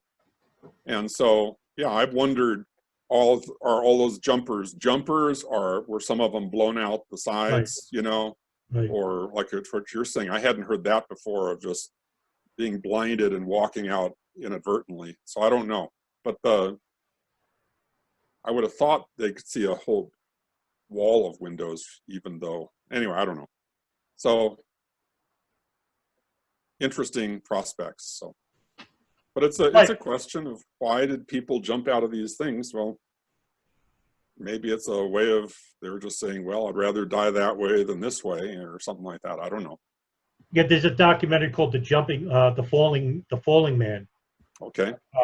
And they talked about the infamous, where you can see the picture of the guy wearing a yellow jacket. He's upside down. Yeah. And somebody took a picture and it looked like he was very calm, because you could see his leg bent in, and he was like, and they were asking, why do you think these people actually did this? And one of the family members said, regarding her son that jumped, she says that it gave him a sense of a choice. Like, it was his, even though he knew he was going to die, but he was going to choose in which manner he was going to die. And I think pretty much that's speculation. Right. Just pretty much, would you have rather burn, or would you rather have been exhumed by smoke, which would a horrible death, or jump and, you know, give yourself a little bit of free will in regard to what manner you would rather die? I don't know. Yeah, I mean, it's tough itself, but yeah, I mean, I wouldn't be surprised if a lot of these people actually were blown out too by whatever explosion, or by a force of wind or whatever. But I mean, we are speculating at this point. So I want to raise something. Sure. Okay. One of my complaints about a lot of this debunker community is they'll focus on one tiny thing and sort of a gotcha on that one thing. This is going to prove or disprove the whole case, right? I mean, there's no just one thing. This is a very elaborate, complicated set of phenomena we're looking at. But so that doesn't make sense to me. I mean, you have to basically look beyond just, you know, there's lots of puzzles. And just because you might be stumped by one particular little puzzle, there's a broad pattern of what's going on here. All right. There's also, I'm going to make this other comment, which is there is a piece of evidence that came out at one point and then has been pretty effectively dissipated, but the idea of bone fragments on the tops of other buildings. Think about that. In other words, what does it take in the first place to create bone fragments that are centimeter-sized bone fragments? I mean, that takes a high explosive. I mean, you're going to shred a person, you know, who has all this flesh and tendons and everything holding their body together, and you're going to get the fragments of their bones and shattered down to the centimeter size. That's not going to be something that would happen in a fireball. So they're saying, oh, it was airplane passengers in the fireball. No, fireballs don't act like high explosives. So you had to shred these people with intense shock waves to shatter the bones and disassociate the bones from the rest of the body, and basically liberate these fragments, and then in the same time be able to eject them across the street and land on roofs of other buildings. And this had to happen early in the collapse. So here you have somebody from early in the collapse, high enough that anything ejected would land on top of one of these other buildings, and they've already been fragmented. And it's not like they've been crushed. If they were crushed, they'd be in the rubble at the bottom of the building. So they were exploded and thrown out early in this whole process. And the very existence of these bone fragments on the roofs of these buildings says all of that about the nature of the event. It was a highly explosive event that started very high in the building And from the very beginning, it was just fragmenting everything, including people all the way down to bones and all the way down to creating bone fragments. It's just amazing that that could happen. And then that's not the front page news. I mean, and then they just sort of wave their hands and say, oh, these, you know, they were, I don't know. I saw some comment that there was some evidence that some of those fragments came from firefighters, which means it had to have been from the building demolitions, not from the airplane. So, but all of that kind of stuff gets covered over, but the airplane explanation isn't plausible, because bodies recovered from airplane crashes are not, you know, centimeter-sized bone fragments like that. I don't know. I just, you know, it's just one thing after another after another. It all piles up. So there is a coherent way to explain this. And then there's all these incoherent little bits, you know, trying to pick holes in it so that you can dismiss the whole thing because you can't explain this one item. So that's where I'm coming from. So a lot of this stuff. All right, another item like this. I taught for a number of years at a charter school that worked with homeschoolers. And so there's a lot of parents on campus all the time. We give a little, you know, class. I gave math classes that the parents weren't able to handle on their own and things like that. But there was this one father of one of the kids who was, he was actually in the reserves, but he was expecting at any day to get called back into the military. But he was in demolitions. But he was very conservative Republican. I really didn't talk to him much because we were so different, but I sort of got friendly with him a little bit, and he was asking me, I don't know if he asked or I said something, but I knew that he sort of disapproved of my looking at 9/11.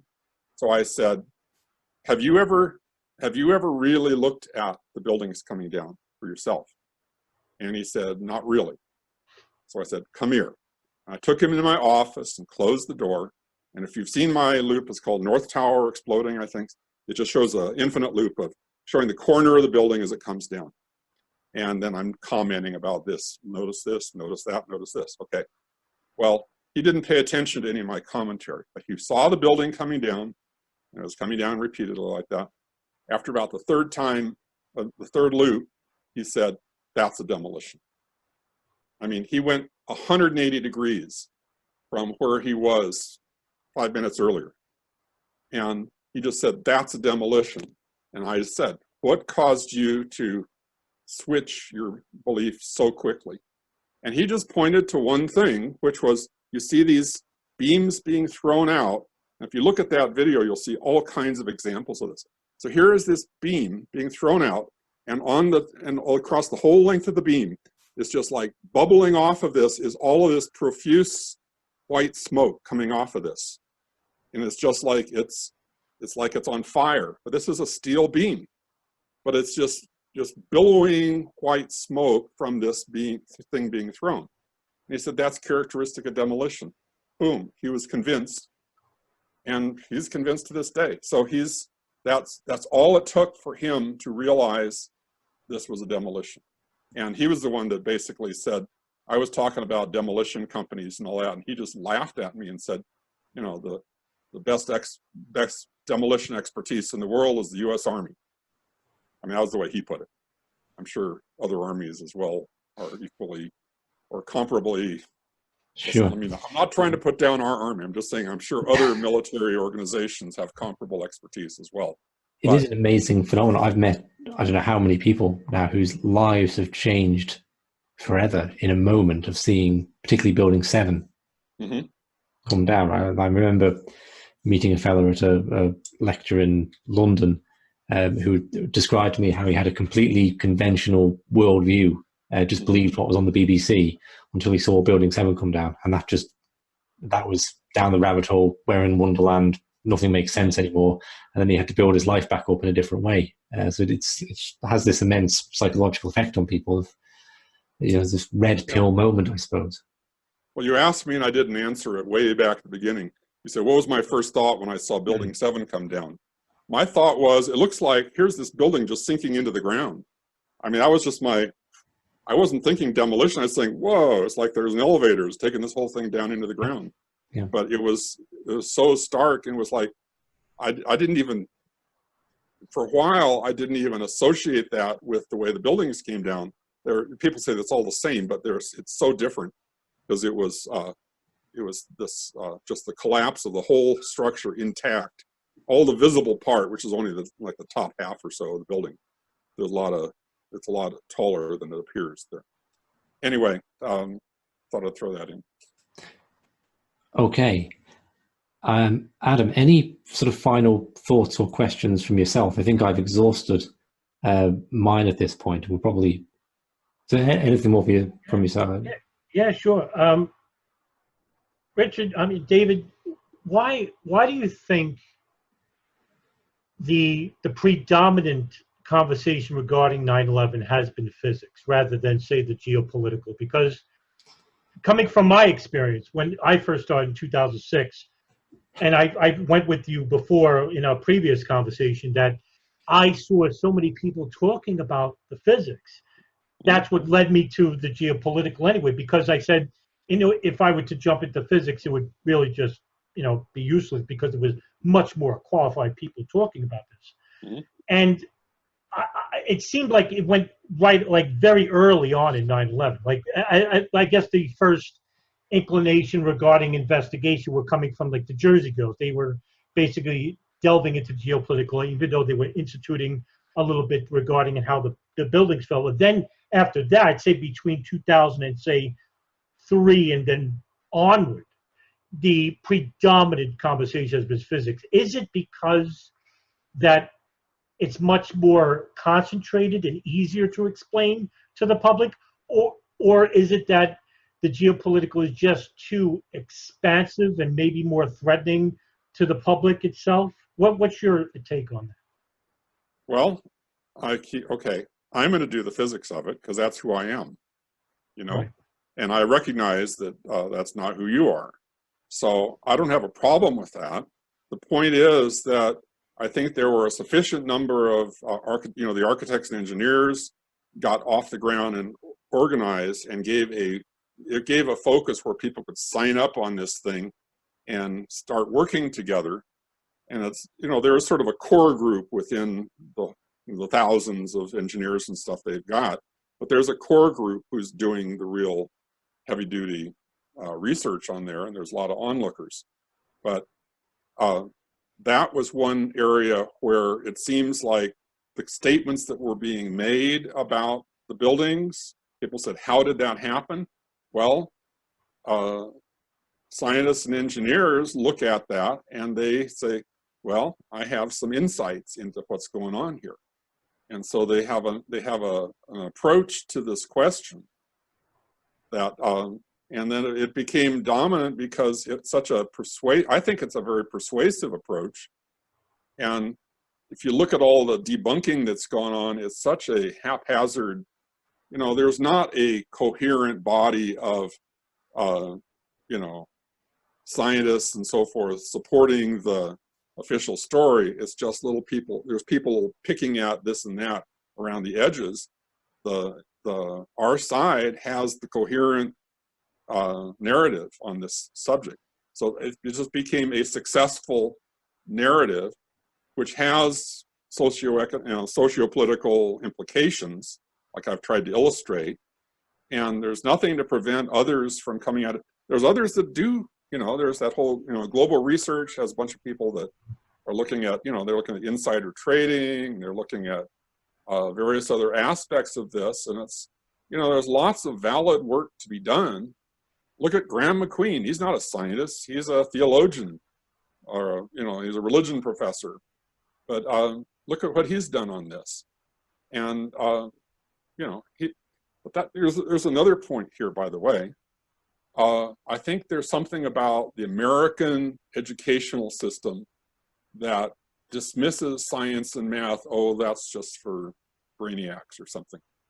If you go to Europe, like I taught at an international school for a few years in India, and the students who were there from Germany and all the rest, every single German university student, no matter if they're major in poetry or what, they had to take calculus, you know. They had, and so this kid that I had, who was very weak in math and all that, I had to get him ready to be able to transfer back into a European university. So there is a different level of expectation in the general public that they be literate in science and math and so forth. And I think that's lacking here. There's sort of an anti-intellectual flavor. I think it's sort of paradoxical because American technology and so forth is sort of revered, but we're sort of losing it in a lot of grounds. But it's seen as that's sort of a fringe thing for just, you know, guys like me. You can do science and all that, but don't just leave us alone. So I don't know. I would, you know, if you were a European non-scientist, not engineer, there's more of a tendency for them to at least have the fundamentals of this stuff that they've been exposed to. So that's an issue as well.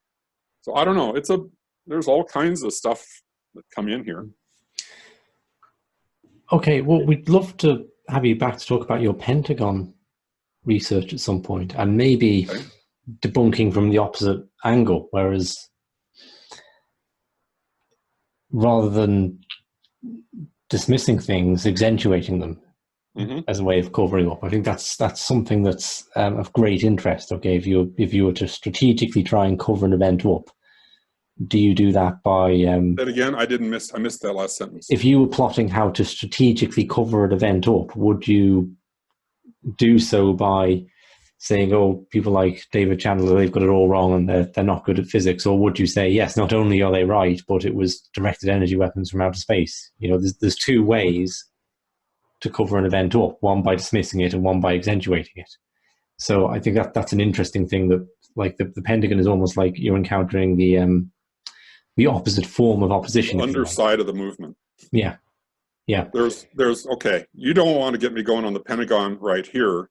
Well, but I just want to say this: the main reason I have come to put energy into the Pentagon is in defense of the good work we've done at the World Trade Center. Pentagon is one humongous distraction from where our solid evidence is. We got it nailed at the World Trade Center, and they want us to go off with fringe theory stuff on the Pentagon. And it's important for credibility. It's important just for integrity that you look at the evidence for what it is and you actually pay attention to evidence. And some of the time it's going to go one direction and some of the time it's going to go another. I think there are elements of the Pentagon official story that are not true, and there's elements of the Pentagon official story that are true. Planes hit the World Trade Center, a plane hit the Pentagon. I don't see where there's anything heretical about that. So anyway, but that's a different topic. And it's not something, so my focus on that is there is an element of the truth movement that is turned into a cult. I'll say the word. And they behave like a cult. And that's something that I think is damaging to the truth movement. And I'm not there. I'm not into a cult. I'm for looking at the evidence and following the evidence where it leads. So you've seen that I don't have sort of a flaky approach to this. I'm pretty solid, I think, on the World Trade Center, and the way that people dismiss me as being flaky just because all of a sudden I'm contradicting their pet theories, sort of bizarre, okay? So I think if you can take me seriously and let's have a conversation. But don't come back and try to smear me because I've revealed something that contradicts what you believe ahead of time, okay?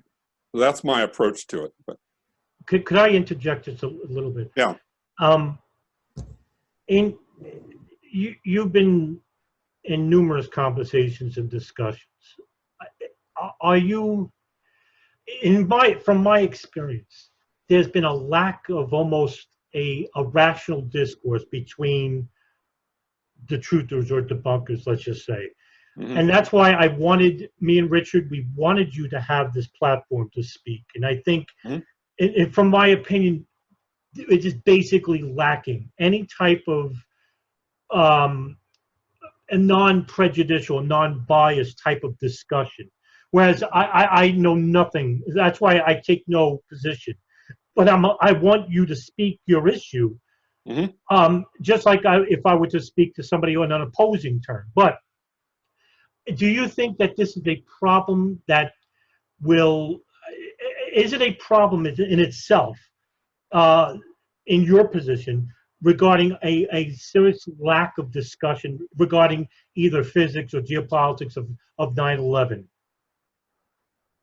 Well, number one, it's not going to become a friendly conversation because look at the motives of people involved. There are people who absolutely do not want us to get traction. If what we're saying got traction, if what we are saying gets traction, the whole thing is going to be a lot nastier in the end. There's going to be a lot more stuff going on. How come we're out? Hey, I'm out here just talking, and I'm not really afraid that I'm going to get bombed tonight or something like that. But I mean, so as long as we're sufficiently on the fringes of things, maybe that's partly why we've been as successful as we have at being able to speak. But there's some bad stuff out there, and they're not going to back off and have a rational conversation. They're going to put up people, and if I start naming names, then all of a sudden I get in trouble, you know.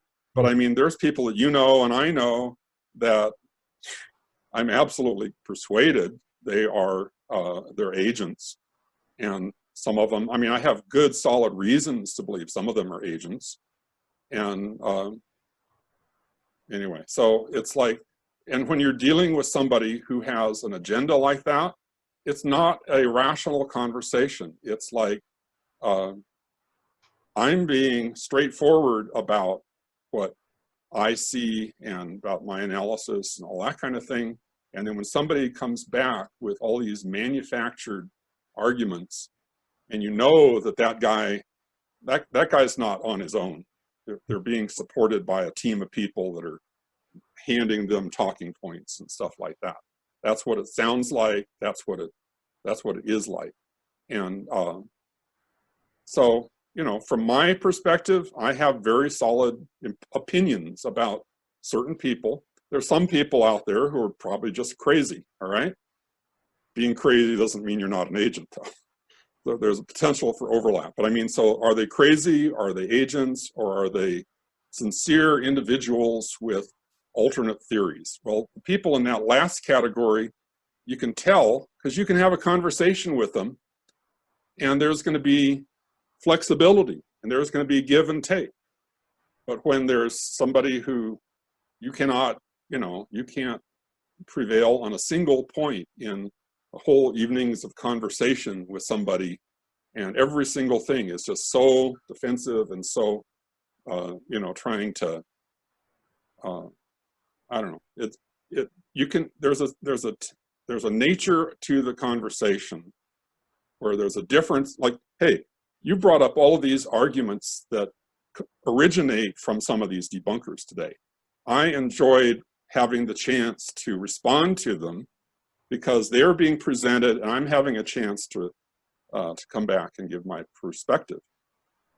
If I were talking directly or having a debate or something like that directly with some of these guys, I wouldn't be able to get half of my sentences completed.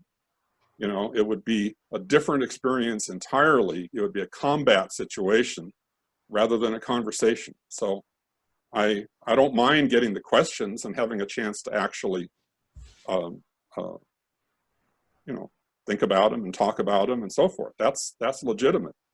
But you can tell when you're involved in that, when you're talking to somebody who is not going to be moved because that's not their agenda, you know? So, and look at it this way. Could it be any other way? Look at the subject matter we're talking about. Do you think they're going to leave us to just have an intellectual discussion of all this without getting everything all turbulent and everything? No, it's going to be stirred up no matter what we do. So I don't have a sense that all these debunkers are going to get converted, because they're not out there to have a rational conversation. They're out there to try to destroy our movement. Anyway. Okay. Well, I leave thank you very much. We've been going for quite some time as regards making this into a podcast. So Adam, I don't know if you have for the thought. 2 hours and a quarter there. Okay. Wrap this up and hopefully speak to David again. So, anything more before we do wrap up, Adam? Or you... No, I love it so far. So yeah, I think that's good. Great. Okay. Well, I hope this has been enlightening. Oh, let me put in a plug, 911speakout.org. Or everything David mentioned will be linked to below. His own website at the top of that. It's and I will link also to the articles where I drew my information from the questioning on, so you can find the questions in their proper form. I apologize for my limitations in putting them across. Hope we did an okay job. I've no doubt the criticisms are coming. So thank you very much, David. It's been really fascinating and enlightening period. And hope to have you on again. All right. Well, thanks for inviting me.